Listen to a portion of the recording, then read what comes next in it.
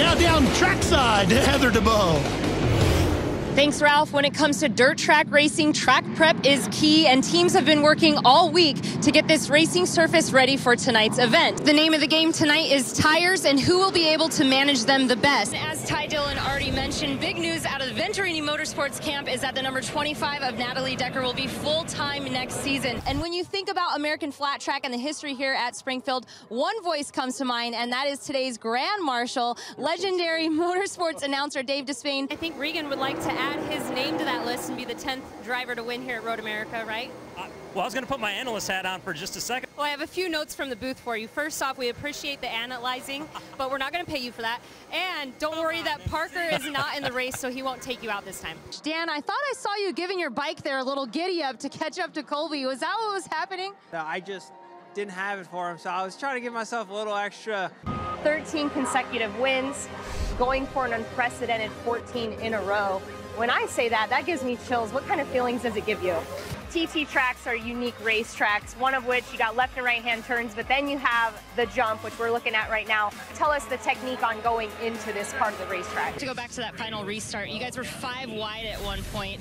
What did you see from your seat, and how nerve-wracking was it? I saw a little bit of clean air. On these cars, in order to keep them cool, they've actually added this to the Evo package. Right here, this fin that's underneath the mirror, that helps redirect the hot air. A lot of discussion was happening there for the 99 on whether they would take 4 tires or not, but he did say that they were too tight from the get-go on that last run, so he is still battling tight conditions. It's going to be 4 tires and Sunoco fuel. Jim?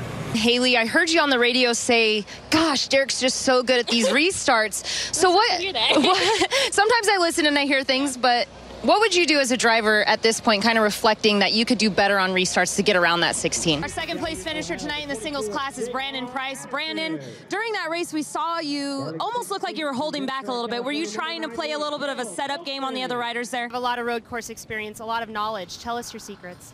Well, I'm trying to see if Cinder can give me some of his secrets, because right now that's what's working. Well, everybody's been saying you've been tight-lipped and you're not helping them out like your teammate here, Justin Haley, so you got to give them some of yours too.